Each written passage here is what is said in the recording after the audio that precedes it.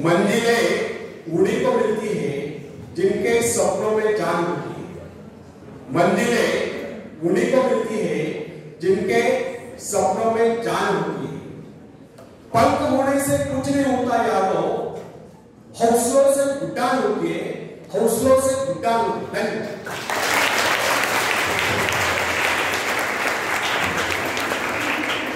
तो फ्रेंड्स, जिस समय जैन एडम्स ने कॉलेज छोड़ा था, उस समय उसके समूह का एक उद्देश्य था। उसके विषय में डॉक्टर ने कह दिया था कि उसका स्वास्थ्य इतना गिर गया है कि वो अधिक समय तक जीवित नहीं रह सकते। यहां तक कि उन्होंने उसके जीवन की अवधि अधिकाधिक 6 मास की निर्धारित कर दी थी। जैन ने कहा ठीक है 6 मास है, इन 6 मास में कम से कम वो एक काम तो मैं कर ही लूं जो मैं मानवता के लिए करना चाहती हूं। उसके अपने जीवन का उद्देश्य एक आश्रम की स्थापना करना। उसने पूर्ण विश्वास के साथ वो कार्य हाथ में लिया और जो जो अपने कार्य में आगे बढ़ती गई क्योंकि उसका स्वास्थ्य भी बेहतर होता गया। वह न केवल अपने उद्देश्य की स्थापना में सफल हो गई, अभी तो 6 मास में वह कई वर्षों तक जीवित थी। यह उसका अपने पर पूर्ण विश्वास और परमात्मा की कृपा में अपना श्रद्धा निष्ठा का ही परिणाम। हिप्नोटिज्म का चमत्कार देखिए। मैंने कैसे व्यक्ति को भी देखा जो साधारण, उसको जो हिप्नोटाइज कर दिया गया तो उसने वो कर दिखलाया जिसकी कोई कल्पना नहीं कर सकता। उसको 2 कुर्सियों पर लिटा दिया, एक कुर्सी पर उसके पैर, दूसरी पर उसकी गर्दन, उसी बीच का भाग अदर। उसने अपने ऊपर 7-8 आदमियों का भाग उस अवस्था में झेली। अब आप ही बताएं कि उसमें यह अतिरिक्त बल कहां से आया? यह केवल उस व्यक्ति का करिश्मा था जिसने उसको हिप्नोटाइज करके उसमें यह विश्वास जगा दिया था कि वह ऐसा कर सकता है। यदि उसमें यह विश्वास न भर दिया गया होता तो वह अपने ऊपर एक आदमी को भी नहीं बैठा पाता। फ्रेंड्स, यदि मनुष्य में आत्मविश्वास नहीं है तो वह प्रगति के पथ पर एक पग भी नहीं बढ़ा सकता। मनुष्य की सफलता उसके आत्मविश्वास के आगे नहीं जा सकती।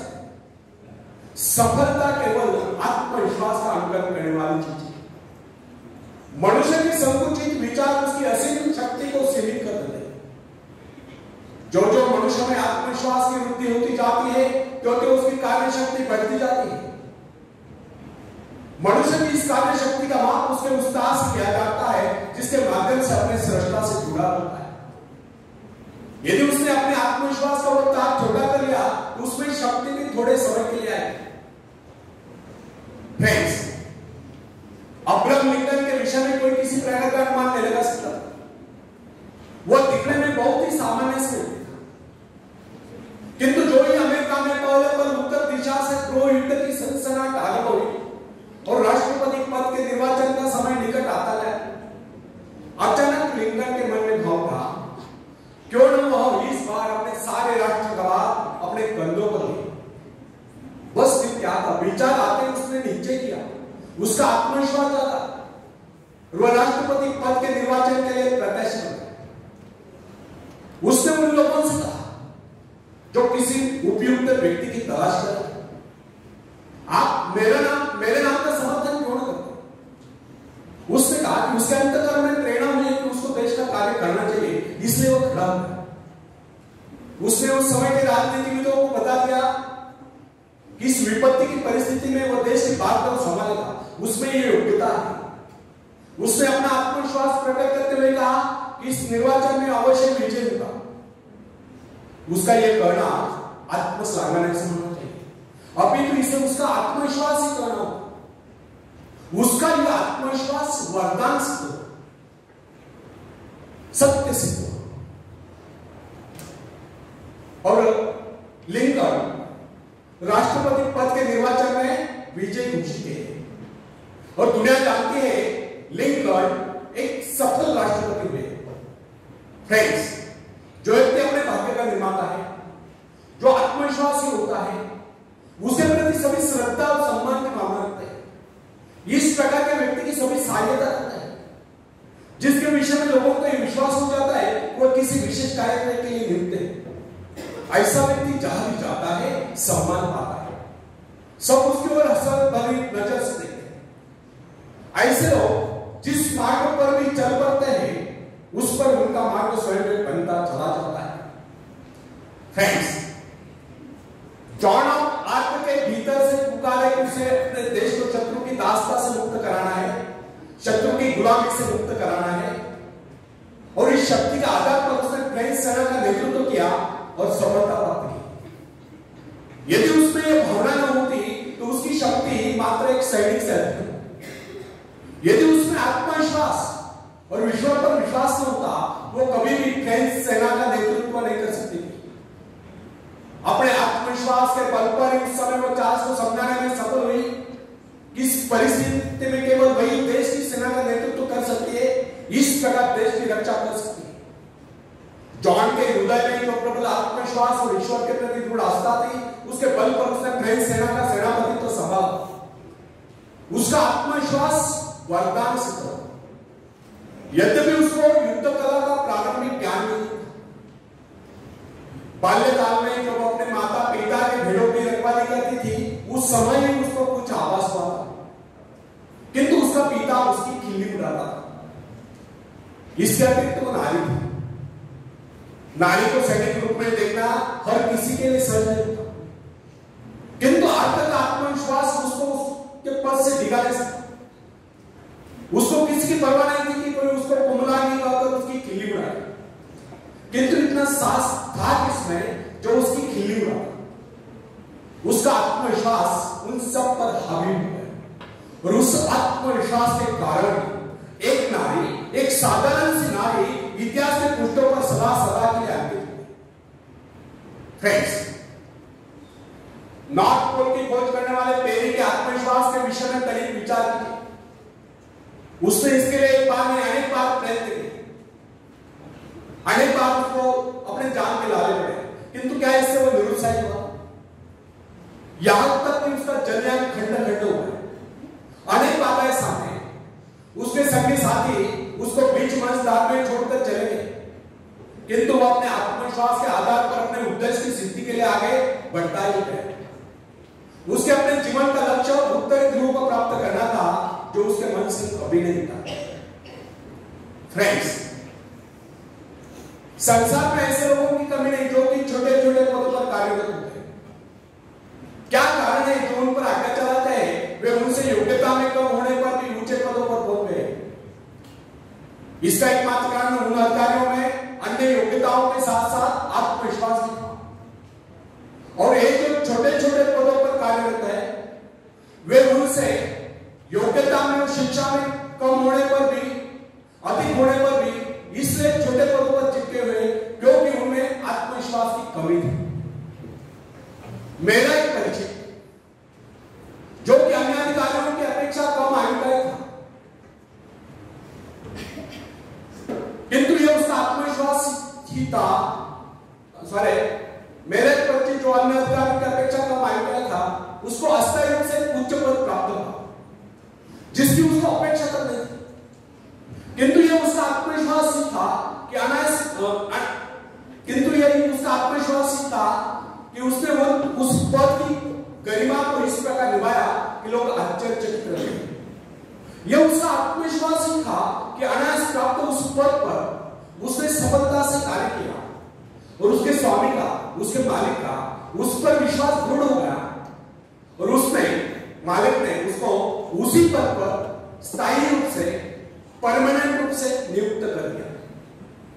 फ्रेंड्स, यदि मैं असफल रहा तो यह जो प्रश्न है, यह मनुष्य के जीवन को नष्ट कर देता है।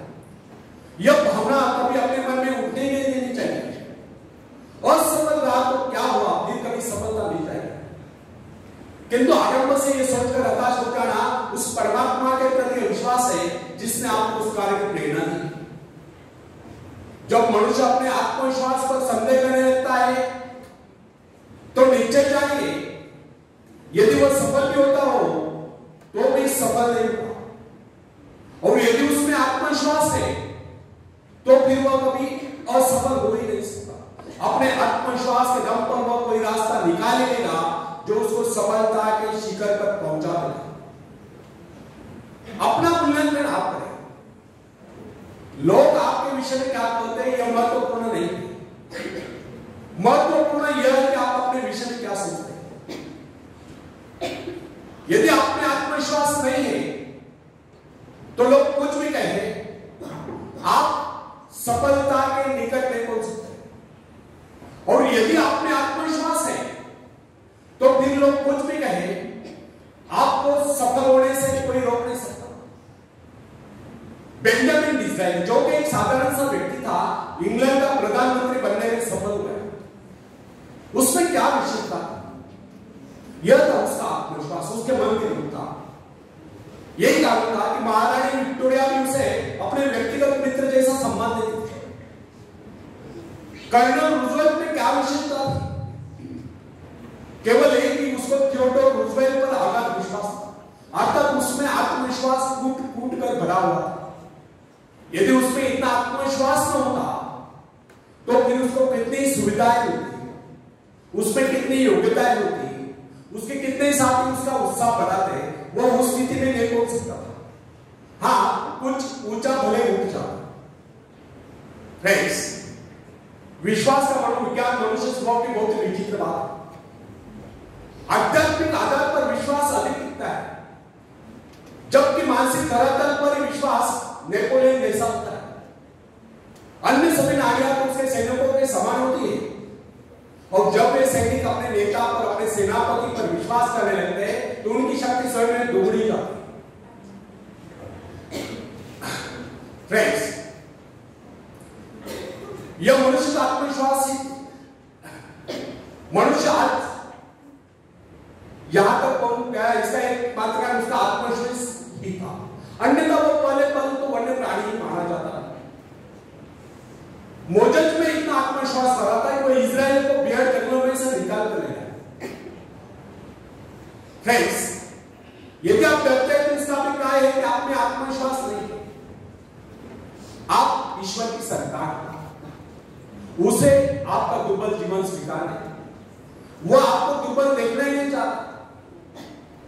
मनुष्य को यह अभ्यास कर लेना चाहिए कि वो अपना दिन का आरंभ और अंत स्वयं में और परमात्मा में विश्वास जागृत करते थे।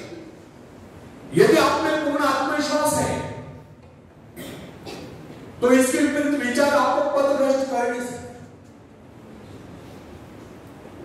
जब मनुष्य स्वयं को प्रभु का अंश स्वीकार कर लेता है तो फिर उसको किसी बात का भय या चिंता नहीं है। उसका आत्मविश्वास जाग उठता है, और आत्मविश्वास के कारण ही हमें सफलता मिलती है, और सफलताएं हमारे जीवन में खुशियां बदलती है, और खुशियां हमें कह कहे और मुस्कुराहटे प्रदान करती है। तब हम हंसते हंसते इस जीवन को गुजार लेते हैं। आखिर में एक शेर में सुनाता हूं। उठा धनुष तो प्रहार कर, उठा धनुष तो प्रहार कर, तू सबसे पहले वार। अग्नि सी धधक धधक, हीरे सी चमक चमक, सिंह सी धाड़ कर, तू शंख सी पुकार कर। अग्नि सी धधक धधक, हीरे सी चमक चमक, सिंह सी धाड़ कर, तू शंख सी पुकार कर, तू सबसे पहला प्रहार कर, तू सबसे पहले वार कर। रुके न तू, थके न तू, झुके न तू, थमे न तू, रुके न तू, थके न तू, झुके न तू, थमे न तू सबसे पहला प्रहार कर, तू सबसे पहली वार कर। जीवन की भूल भुलैया में तू सही रास्ते का इंतजार कर। जीवन की भूल भुलैया में तू सही रास्ते का इंतजार कर। जीवन की इस लड़ाई में अपने मन के विचारों से प्रहार कर, तू सबसे पहला प्रहार कर, तू सबसे पहले वार कर। स्थिति कैसी भी गंभीर, स्थिति कैसी भी गंभीर हो, रास्ते कैसे भी खतरनाक हो, तो अपने हौसलों की उड़ान से अपनी मुश्किलों पर प्रहार कर, तू सबसे पहला प्रहार कर, तू सबसे पहले वार कर। तो अपने आत्मविश्वास की ऊंचाइयों से जीवन की सारी समस्याओं पर वार कर, तू सबसे पहला प्रहार कर, तू सबसे पहले वार कर। तू था कमाल, तू है कमाल, बस भटक गया था राह में। तू था कमाल, तू है कमाल, बस भटक गया था राह में। अब संभल गया है, अब संभल गया तो थाम तलवार, रख दे चुनौती को काट कर, तू सबसे पहला प्रहार कर, तू संबंध